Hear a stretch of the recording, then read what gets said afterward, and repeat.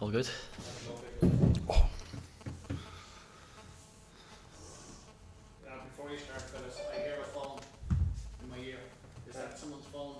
Probably yours. Yours always goes off. You see, if it's near the microphones. Is it all? That's better. Thanks, fellas. Now shut your fucking house up. Right, we're rolling, boys. We're good. Happy days. Ian, what type of game are you expecting tomorrow? One of quality. I think both teams have shown in recent times that they can get the ball down, play quickly. Both teams look to attack. I think it could be a quick game, definitely. Certainly the atmosphere, the crowd, under the lights here.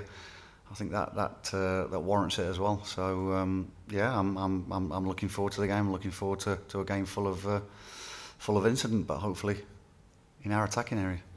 What do you think are the main differences? I know this was before your time, but what are the main differences between the Northern Ireland and Switzerland teams back in 2017 compared to now?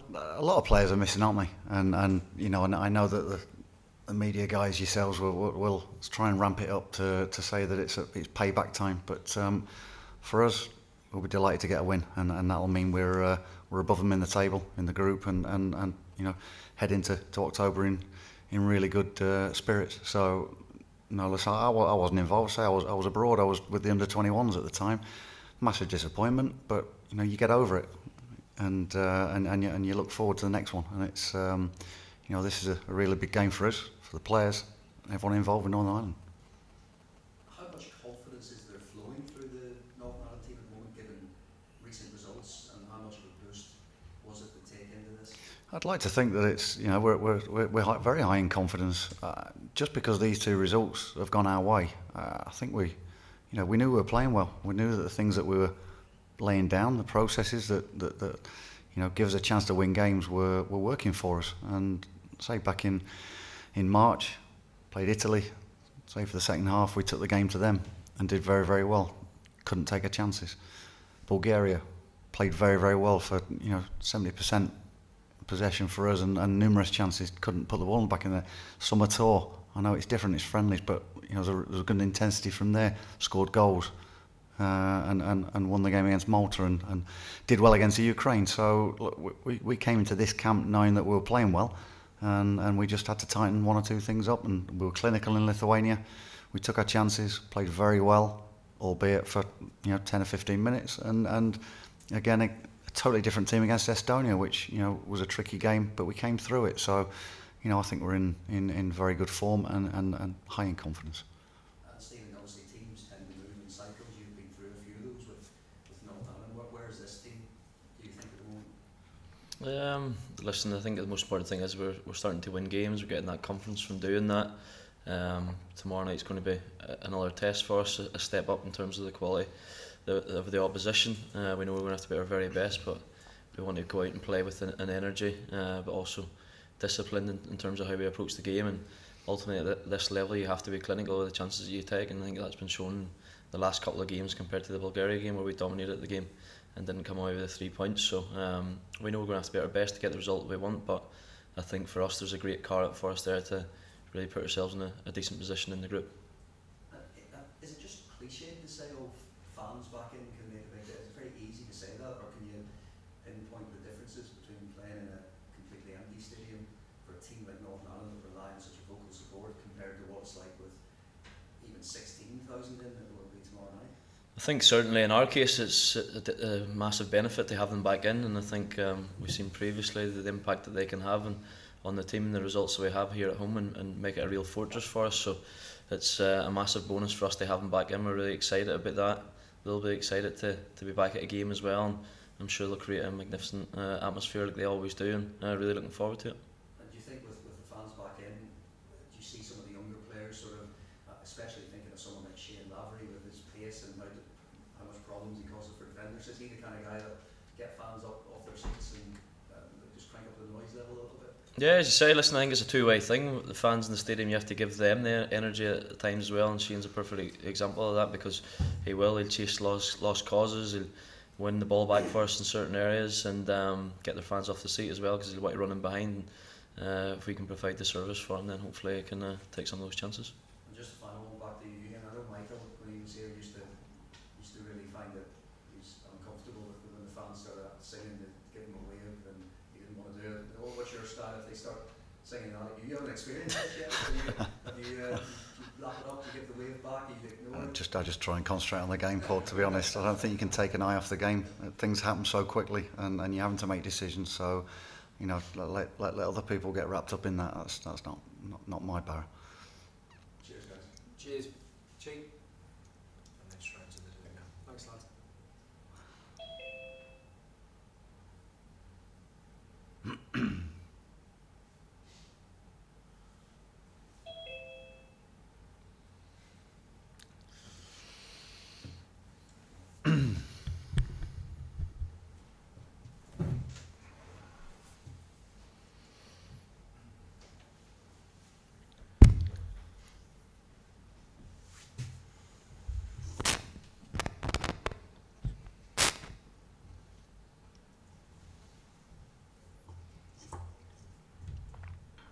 Hello, gents, can you hear us? Guys, sorry for the delay. Thank you for your patience. We've got Ian and Stephen here for the matchday -1 press conference ahead of the Switzerland game. We'll kick off with you, Mark Sterling for Online BBC. Is that okay? Yep, cheers, thanks Guy, thank you. Hi Stephen, hi Ian. Hi, Mark. Yeah, just a question for yourself first of all. Obviously going into this sort of triple header, there was a fair bit of pressure last week, but then we got the big win in Lithuania and followed up with Estonia. Just from a personal point of view for yourself, in terms of you being on the back of those two wins, it must make it a much more enjoyable camp. Well, I much prefer winning than losing, Mark. Yeah, that's that goes without saying. It's but for me, you know, I felt as though it was a matter of time before results would start to come. The processes we've put in place, things that we've been doing in games, has been getting us very, very close to winning those games. And you saw that, I think, in March, and we took that on into the Austrian camp to play the Maltese team and then the Ukraine. And for me, you know, you show patience with players coming into the squad and say, integrating themselves with senior boys that have been there for a while, and you just see things starting to blend a little bit better, and you know, we were creating chances. As long as we're creating chances, I think with the strikers we've got and the players we've got, it's a matter of time before you start taking them. And I felt we were clinical against Lithuania. And certainly it gives you confidence going into the next game. And the guys that came in for the Estonia game, you know, we've made nine changes, you know, just took that on, and they dealt with difficult situations during games. I was pleased how they managed the games, you know, when we're on the back foot, and we got ourselves back into the games, and you know, it's all credit to the players. Yeah, you mentioned the win obviously at Estonia. That's obviously, I'm sure, very important in terms of momentum and, you know, back-to-back wins. But realistically, in terms of individual players, is there a realistic chance of them forcing their way into the starting lineup from a game like that? You mean the guys from the Estonian game? Yes.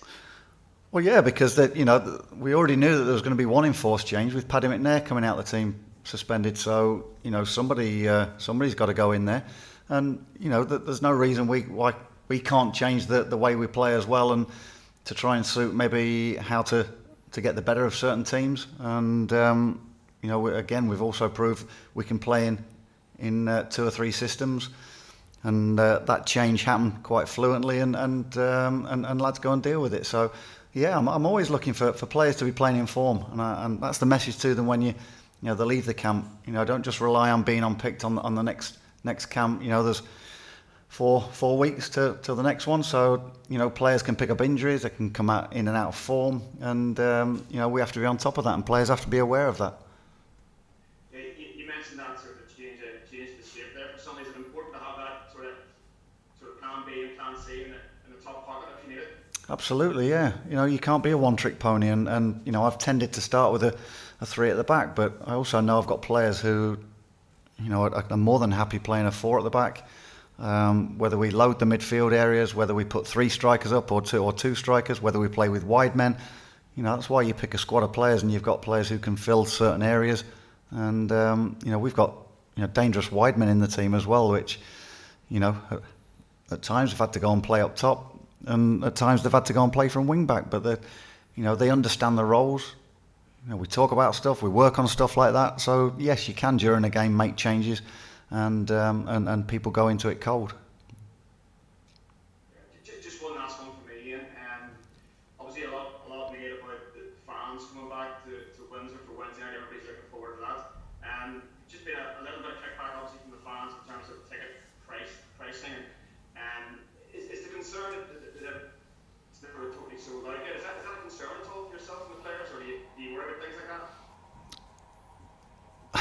that? I don't make the ticket prices, Mark. So for me, I'm just concentrating on trying to get a win. I totally appreciate that. Just in terms of there's been a lot made of getting back to Windsor, the fans coming in. I don't mean in terms of the pricing, just the potential for them to be not to be sold out. Is that an issue at all? It's a difficult time for football clubs, for national organisations. It's a difficult time for individuals and people, and we totally understand that. And look, we've got to get back to some sort of normality. I think 16,000 fans in the National Stadium tomorrow night is magnificent.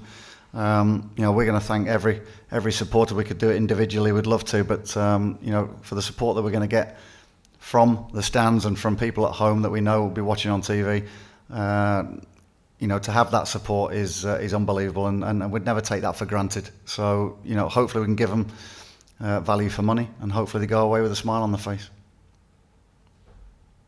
One question to Stephen, if that's okay. Yeah. I'll leave it. Stephen, just help yourself. You'd be one of the lads in the squad who was he playing? I know footballers and managers maybe tend to say Just missed that bit there. revenge. What's that, sir? It just cut off there a little bit. Oh, sorry, Paul. I'm saying yourself, obviously, and a few of the other players will play in those playoff games against Switzerland a few years ago.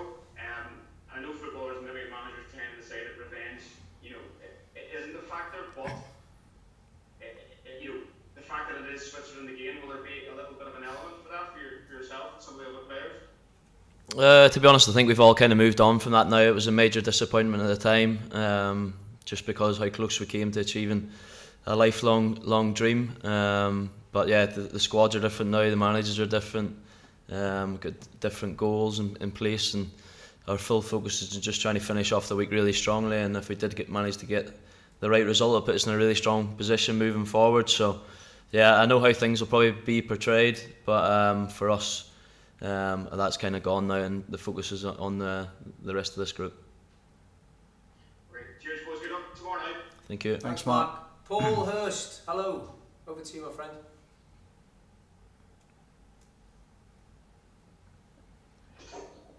Hi guys, Ian, I was just wondering with how the group is at the moment, obviously 3 points can draw you level with Switzerland, maybe with both of them. So obviously this is kind of a great opportunity for you boys to kind of turn the table within the space of a couple of weeks basically. Yeah, and that's the beauty of how you know you get together and play these games over a short period, and then you know the table can look totally different, and that was the message coming into the hotel on last Sunday evening. It you know, if we put ourselves in a position to go up against Switzerland into this game where we could put ourselves above them, and you know, whether it was going to be a draw between Switzerland or Italy, or an Italy victory, we knew we had a chance of putting ourselves in second position, and you know, that's the case, and now it's there for us to go for. We've given ourselves the opportunity to do that, and now we've got to try and take that. And how do you view that Switzerland team? Obviously they did very well at the Euros, but they've got quite a few injuries as well. Do you think that will make much of an impact on our little lineup? Well, I look at their squad depth, and it's pretty impressive. So I know that the players that they brought in, you know, is it's still strong. You know, many of them play in the German Bundesliga, and at home as well, Switzerland, and they're you know, it's an impressive group of players, and you know, yes, they're missing players that were one or two standouts during the Euros. Say new coach putting in new methods as well, highly respected, and we know that we're going to come up against a a decent side. I think, they're 14th in the world, ranked at the moment. They're not there for no reason, and we've got to be ready for a tough battle. Thank you. Good luck. Thanks, Paul. Cheers, Paul. Kenny, hello.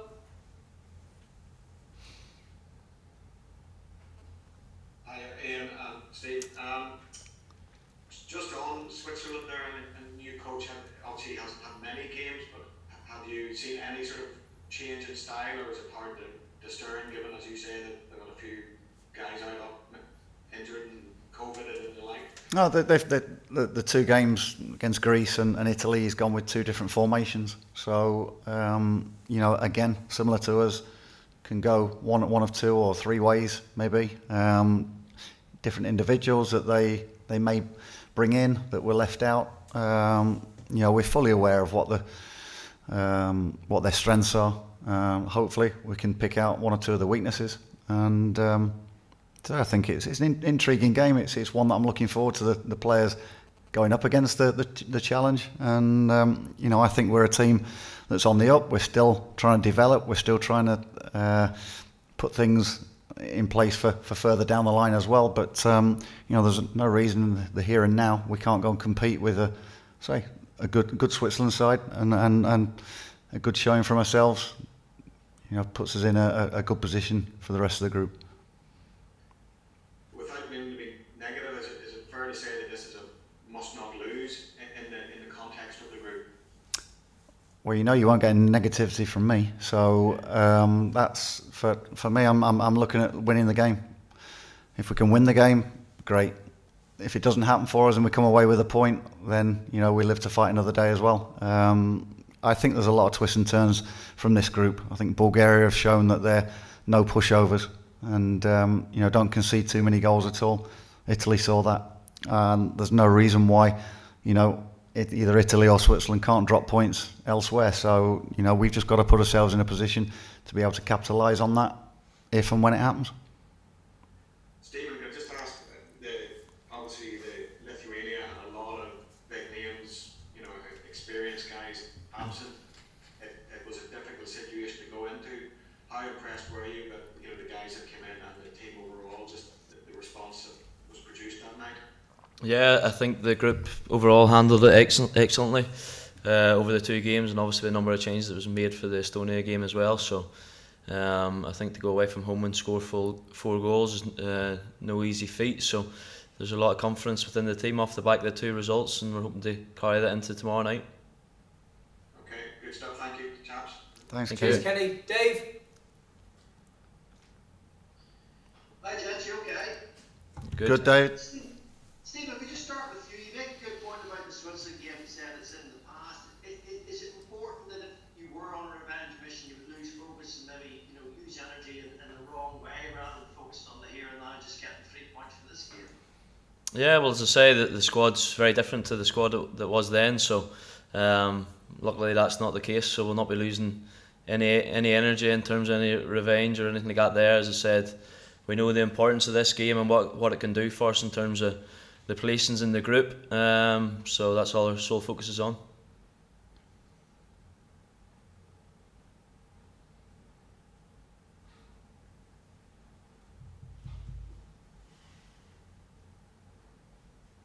Cough. Oh, hello. I think we've lost them. Says next person. Hello? Dave, can Still you here. hear us? Yes, so we lost Steve there sort of halfway through that. Okay. Do you want to start that one again? Yeah, basically I was just saying, that's not the case, so we'll not be losing any energy in terms of that there. Listen, we know the importance of this game and what it can do for us in terms of the group, and that's our sole focus. Yeah, and then just one for Ian as well. Ian, we've been discussing the injuries for the Swiss as well. Who do you think is sort of more depleted? Northern Ireland with likes of McNair, Evans and Dallas, or the Swiss with likes of Haka and Shaqiri and Gavronovic and such? Sorry, what? And the question? In terms of the missing players, who's been hit hardest?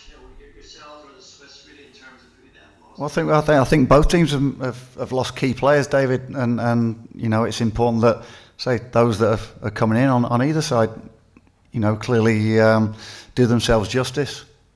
put themselves in a position where it makes me difficult to leave them out next time round. And I think I see the lads that came in both games, Lithuania and Estonia, and the guys that went on the trip to Austria in the summer. They're doing themselves no harm whatsoever. They're everyone's playing at their clubs as well. So that's what I'm saying about the pool of players has grown. It's getting more difficult to pick a 25, 26 man squad when it comes to these windows, and that's how it's got to be. That's I can't ask for any more than that, because players now know that they're not a shoe-in for meeting up with the guys, and it just makes us more competitive, and that's how you improve things. So listen, even more players trying to get into the squad is music to my ears. You made a point there, Ian, about the game itself, significance. It's important not to build it up as sort of do or die. Really, as you say, it's what's only the fourth game out of 8. Really, as you say, it's interesting that maybe people thought it would just be Italy winning it, and then maybe us sort of Switzerland fighting for second. As you say, Bulgaria are really sort of throwing a spanner in the works with a couple of their results, really. So it's not all about tomorrow night. Absolutely, yeah, and so answering Kenny's question there, that it's there's more results to be had that might surprise people, and say we've just got to make sure we're ready to look after our games, look after our house, so to speak, and if we get that right, then we put ourselves in a chance. Great, thank you, good luck. Cheers, Dave. Thanks, Graham. Dave. Hey guys, you okay? Hey, Graham. Good. Hi there. Just picking up on what Stephen said earlier there, Ian, would you agree that people will reference I reference it now, the World Cup playoff, but that's very much in the past now. This is a chance to sort of create a different ending to this story. Well, we didn't enjoy the ending of that one, and people will certainly talk about that. I think that's more for the supporters. I think players, coaching staff, managers, you have to move on. You have to look for the next challenge, and this one for us is a massive challenge. It's one we relish.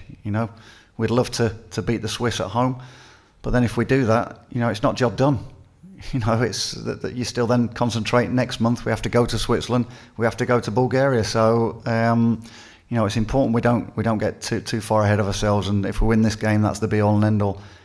For us, we concentrate on this to win the game. Hopefully, put in a good performance. It puts us in a position to then go to Switzerland next month. And Ian, Michael used to talk about getting a big scalp, taking down a big team. Germany, Spain, England, that type of thing. Do you see Switzerland in that sort of that category? Well, they were top of pot B for the groups to be drawn out. So we knew that it was a tough challenge when we saw the draw. I don't see any different to that at this moment in time off the back of what they did in the Euros. They take the momentum from there into these, but it doesn't mean they can't be defeated. Doesn't mean that they can on any one-off game. I think if we play to our strengths, we give ourselves a chance to win the game, and that's testament to what the players have done so far, to how far they've come in the space of a year, in my eyes. And as a group, we're growing, and I think teams will be aware of that. Yeah, you must be really delighted with performances of the young players, and I thought Connor looked very assured when he came on against Estonia. I mean, how close do you feel players like that are to stepping up to playing in a competitive game? Do you think they're close to that? Do you have any concerns about that at this stage of his development? Well, I've brought Connor on a couple of occasions now. It was only a few minutes when we were on the summer tour, but he got 35 minutes the other night. He's growing a decent reputation. Liverpool enjoy what they see at the moment. Nobody's going to get carried away with it. I've said before that at some stage he'll drop back into the under-21s. He needs to play international football and learn his trade, but he's done himself no harm in what he's done. We talk about the young boys coming through, but they also need a good group of senior players to nurture them as well, and that's what we've got. So as a collective, we've been very, very strong because the group get on together and help each other out. And for me, that's the type of scenario I want.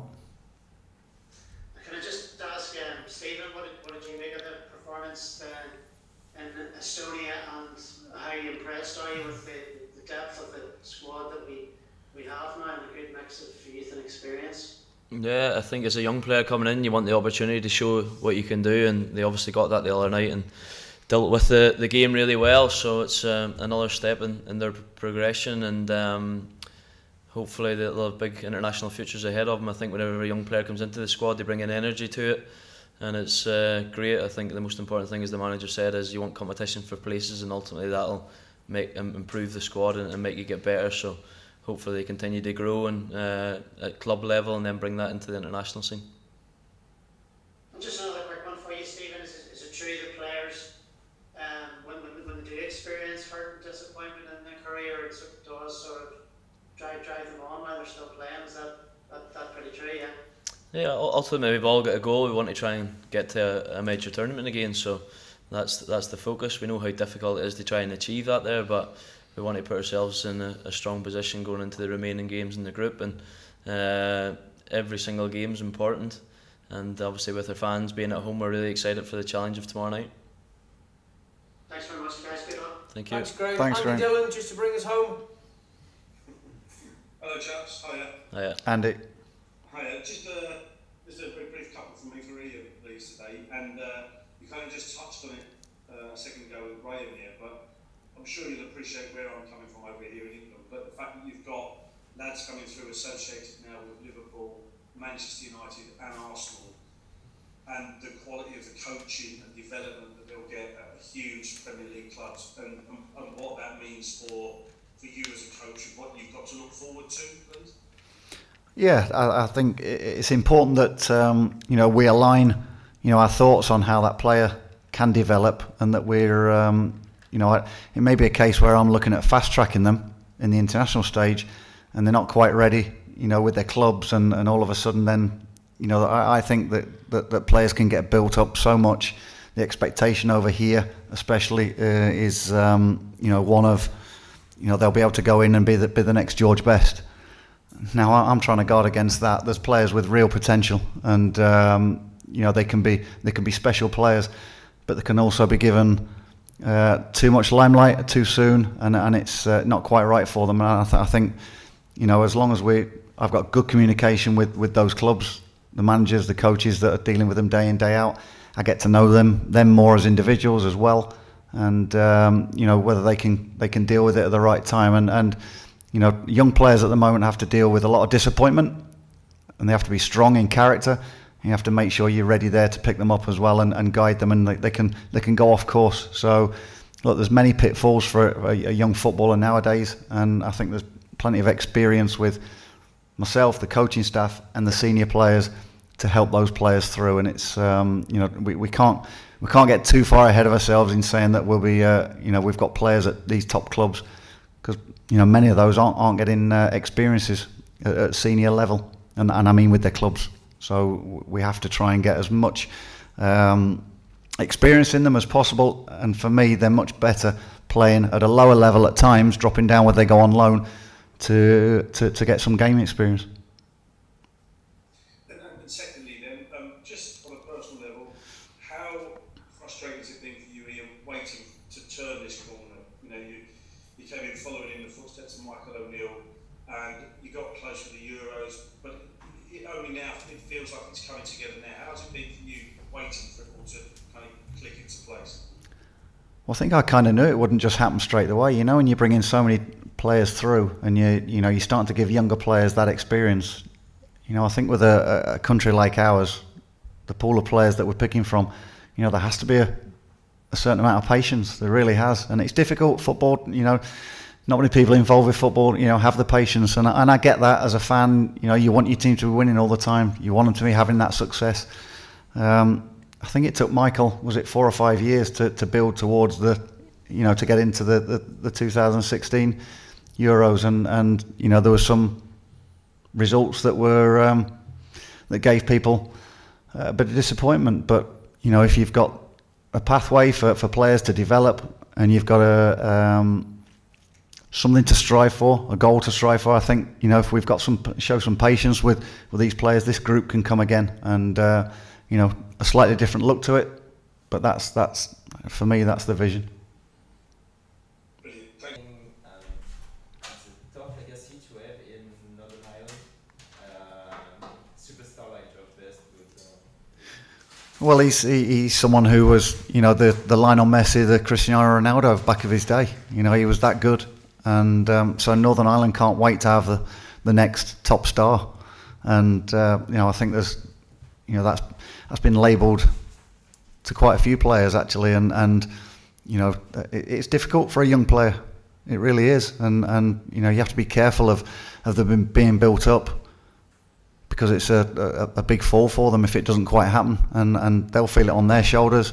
It probably impacts on their families as well, and we've got to make sure that we look after those players and not get ahead of ourselves with where they are at the time and to where they could be. All these players have got potential, but there's a long way to go for all of them. Is it a more difficult thing for you that you were in charge of the under 21 before Mm-hmm. to follow those young guys and give them the good stuff? Well, no, I think for me it's a plus that you know, I've known them from the ages of 16, 17 when, you know, one or two of them were coming into the under 21s. We try to fast track our players if they're good enough to deal with that level, and even so, you know, you may throw one or two into the next level, whether it be, you know, a 16-year-old into the under 19s or a 17-year-old into the under 21s to see if they can deal with it. And then when they are of a stage where you're potentially giving them a chance to come into the seniors, yep, again, you're looking at them with that potential, and can they fulfil that? You know, I'm not expecting you know, someone like a Conor Bradley to come in and, you know, suddenly take the game by the scruff of the neck against Switzerland and score 2 goals and be an all-action hero. He's someone we've got to nurture through, help through, and guide him through till you know, till it's right. Thanks. Do you all right? Okay. Perfect. Thanks, Patrick. Right. Thank you. Cheers, boys.